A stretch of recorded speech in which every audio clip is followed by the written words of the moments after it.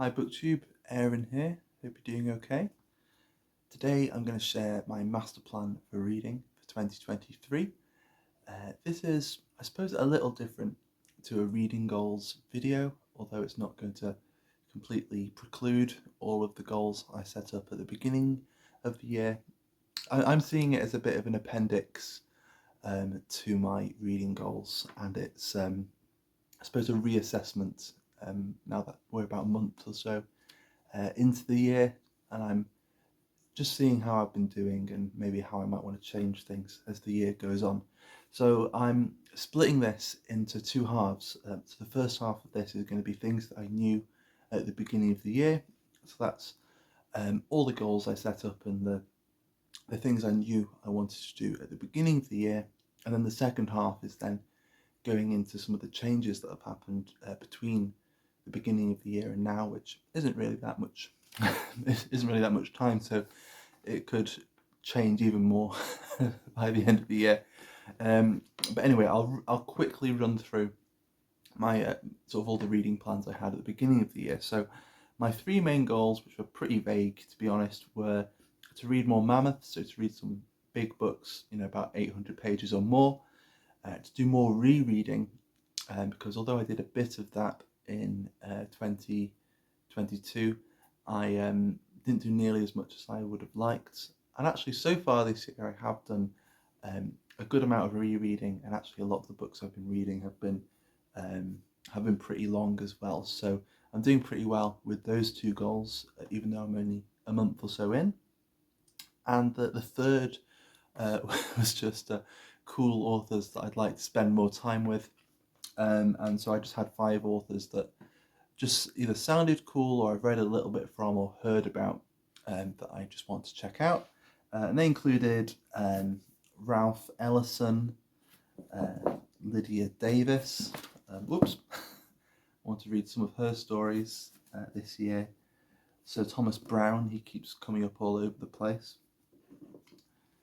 W.G. Sebald, I really love Sebald, and this is the only book of his so far that I own and I haven't read.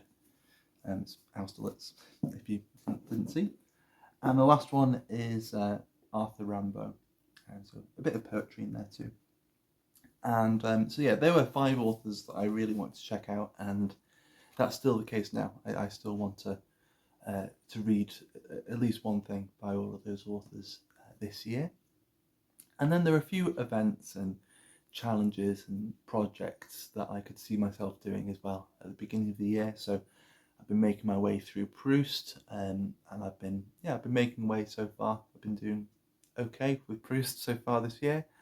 I set an alphabet challenge on myself, so I'm sort of cataloguing, I suppose, like the surnames of every author that I read.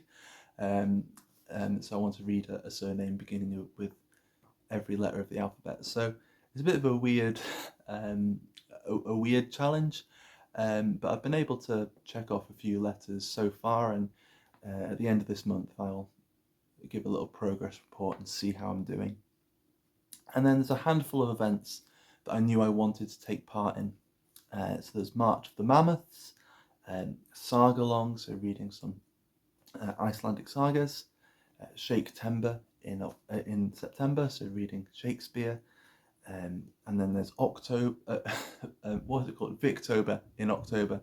In my notes, I've just written October as if it's its own reading event.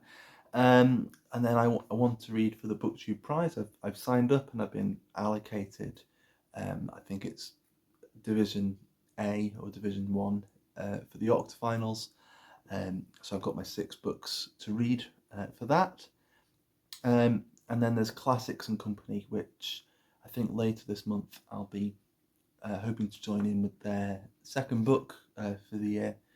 And so that's one I haven't joined in with yet, but I'm hoping to. So that was, that's everything I could see myself doing at the beginning of the year, all of my plans and all of the events and everything. So then let's go into how things are turning out, how I'm feeling now, and just the developments that have happened since. So first, one of the big ones is Historathon. I think at the very beginning of the year, I didn't really know what it was. I saw a few people were making videos about it, and yeah, I just didn't check it out. I didn't really know. And then, kind of in early January, I watched a few videos about it, and then after a while, I thought, yeah, this actually sounds really quite cool. I'd quite like to read more history, and so I decided to join in, and I've been reading history. I've read 2 books for Historathon so far. So yeah, we'll see how that goes, but that's one of the events, and it's a year-long event, so I'm hoping to just pepper my reading. Pepper, I don't know. But yeah, I'll just be reading history all year long, where I can fit it in. And then there's 2 more challenges that I wanted to kind of add on for myself, or just little things that I want to note down after I finish a book. So I want to keep track of the language or nationality. So if it's not written in English, then what language was it written in, and where did the author come from? That's something I want to try and keep track of as well, just to see how I'm doing. And I'm also doing a book buying tally as well. So every time I buy a new book, I'm just going to note it down, and then if I read a book that I bought this year as well, I'll tick it off as well, just so I have an idea of how many books I'm buying and how many of those books I'm actually reading in any given year. And it's just something nerdy that I want to do. But here are 3 of the things that are, I suppose, sort of re-evaluations of how I want my reading to look in the year. And this is, kind of getting more into the nitty-gritty, I suppose, of some of the changes I want to make. One of the really big ones is e-reading. So I've got my Kindle here, and I suppose like in mid to late January, I read The Machine Stops by Ian Forster. I don't have it up here, sorry. But I just felt like I have my Kindle on the shelf, and I never use it. It's been, I think, since October through to January, it had just been sat on the shelf with no charge, and it was just there on top of the books, just gathering dust. And I began to feel a little sorry about it. So in January, I charged it up. I opened up a Machine Stops, and just really felt like I wanted to do some more e-reading. And then I got into talking a bit about e-reading with Steve Donahue, and he essentially just gave me no excuse not to e-read, and so I've got quite a few more books now on my Kindle, and a lot of it is history and sort of works from the ancient world and stuff like that. And I've also got on here at the moment A Distant Mirror by Barbara W. Tuchman, which is the book for Steve's book, his book club this month. And so e-reading is something that I want to do much more of, because I've got my Kindle, and now I've got loads of books on it as well. I've also, out of the 6 books for the BookTube prize, 5 of them I've managed to get as ebooks as well. And so I'm hoping that, as the year goes on, at least 1 book, but probably more, will be an ebook. And it's just really convenient as well. It's made my bag a lot lighter when I'm going out into work and stuff. So e-reading is one of the really big changes that I'm anticipating for the rest of this year. Sorry if I didn't explain that particularly well. Then the next is mysteries. And so as I was evaluating my reading last year, AJ Dunn pointed out that they couldn't really see that much mystery or thriller, so those sorts of genres in my reading last year, which was quite correct and really quite sad. And I was in a comment, I was talking about this with Sean D. Standfast, that sort of things like mysteries and thrillers, things like that, I watch a fair bit of when it comes to films and TV, but I don't read quite as much. And for films and TV, I really enjoy them. They're probably particularly mysteries. There's kind of genres that I gravitate towards, and sort of detective films and crime films I really love. But I don't read that much of that stuff, which is pretty interesting. But in the last library tour that I did, that was a library tour going through a whole shelf of mystery books that I have, and most of them I haven't read. And so again, that's something I want to try and pick up as the year goes on, to read more mysteries. I've got my Sherlock Holmes here, and in January I was picking up the occasional Sherlock Holmes story, just when I was in the mood. And I think that's something I'm going to try and continue to do through the year. But I've got plenty more. I think it won't just be Sherlock Holmes.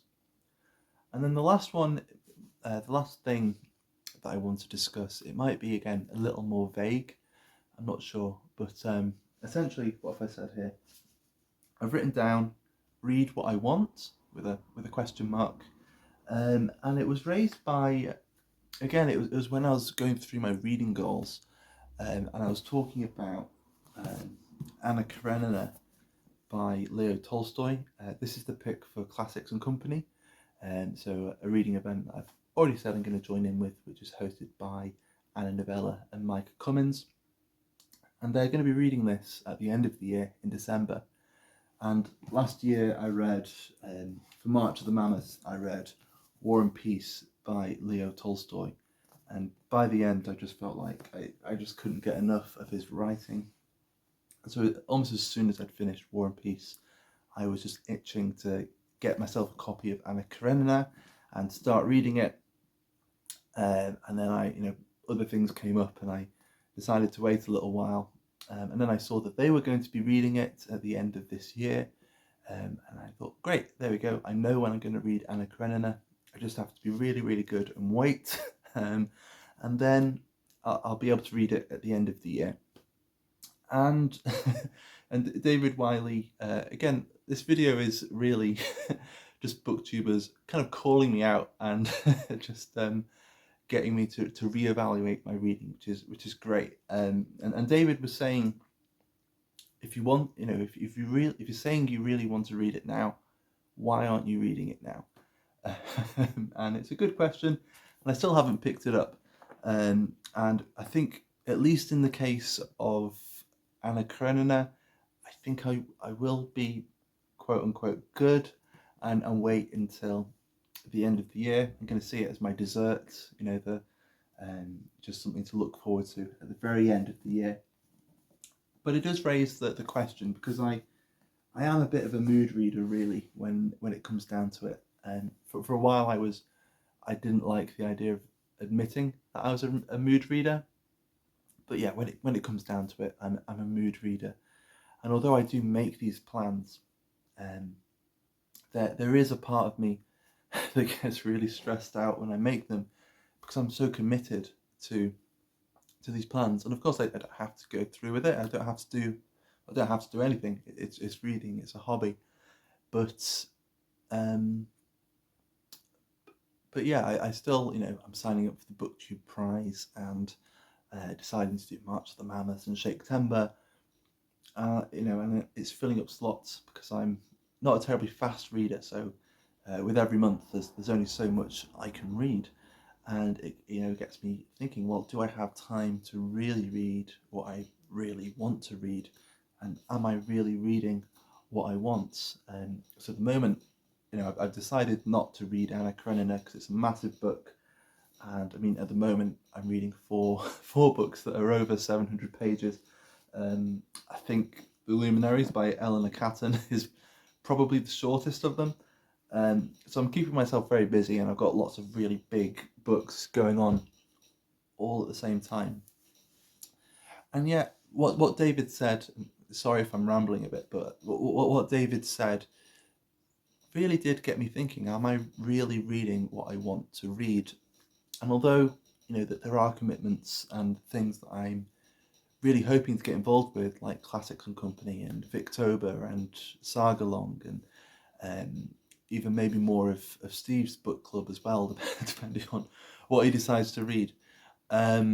At the same time, I think that something I want to keep asking myself throughout the year is, am I really reading what I want to be reading? And just to be really honest with myself as a reader, um, yeah, just to think, am I reading what I want to be reading? And so at the moment, if I'm totally honest, there are four things that I've got here that, I probably won't get to them soon, but they are, just as an exercise, probably the first four books, that if I had to choose four books and scrap everything else, these would be the four books that I would want to read. Um, and so there's Susan Howe, Souls of the Labadee Tract. This is a poetry collection that I've been wanting to read for ages. It's been well over a year, maybe coming up to about 18 months or so. I've been wanting to read this. Now I'm going to put this in my work bag, and it's going to live in my work bag until I find time to read it. I don't know when, but if I maybe have some time to read and I get to the end of a chapter in whatever book I'm reading, and I've still got a little bit of time before I have to go off and do whatever I need to do, maybe I'll pick up Souls of the Labadee Tract and just read a little bit of this. There's Franz Kafka. I've got the complete novels here. I've read his short stories and really kind of immersed myself in them. And if you watch the last tag video that I made, Franz Kafka really hasn't gone away. He's been living in my head since reading those stories. And so I really want to get to some more of his writing. Probably The Castle first. I've been meaning to read The Castle for ages, maybe 2 years or so. I've been really wanting to read it. There's Italo Calvino, If on a Winter's Night, a Traveller. Don't know too much about this, but Calvino is one of those authors that really intrigues me. The last thing I read of him, it kind of equally, I found it equally engaging and infuriating, but it's still fun. That was the Cosmocomics. And so this is one I really want to get to as well. Don't know too much about it, but it smells good. And Umberto Eco, Foucault's Pendulum. I've got loads of Umberto Eco on my shelves. Well, say that I have like 4 or 5. But he's an author I really want to get to know much better. And again, this is a big book, so I doubt I'll get to it right away, but it's something I really want to read. And going into those 5 authors I mentioned at the beginning, probably out of all of them, the one I want to read the most is probably Lydia Davis, actually. And I think just to get through this, all these stories, I might just read a story a day and just see how long that takes me. So yeah, I might do that. So instead of just tackling it all in one go as a book, I'll just read a story a day. So yeah, that's kind of how I'm feeling about my reading at the moment. It's been a bit of a ramble, much like my reading goals at the beginning of the year. It is largely quite formulous and ambiguous. Really, I'm not really going into too much detail. It's not terribly structured, but I'm not a terribly structured person, so it kind of makes sense. But there we go. That's my my reading master plan for 2023. Loads of people have done it so far. Michael K. Vaughan, Criminoli, and Steve Donoghue, Mike Cummins, James Holder, Greg from Another Bibliophile Reads, probably a few other people I'm forgetting. So if you make videos and you would like to go into this, then yeah, please feel free to make your own version. I'm noticing at the moment it's a largely male-dominated video topic, so maybe evil master planning is more of a male thing. I don't know, but if you'd like to make a video like this, then please feel free to. But for now, thank you very much for watching and for putting up with my rambling, and I'll see you again soon. Bye.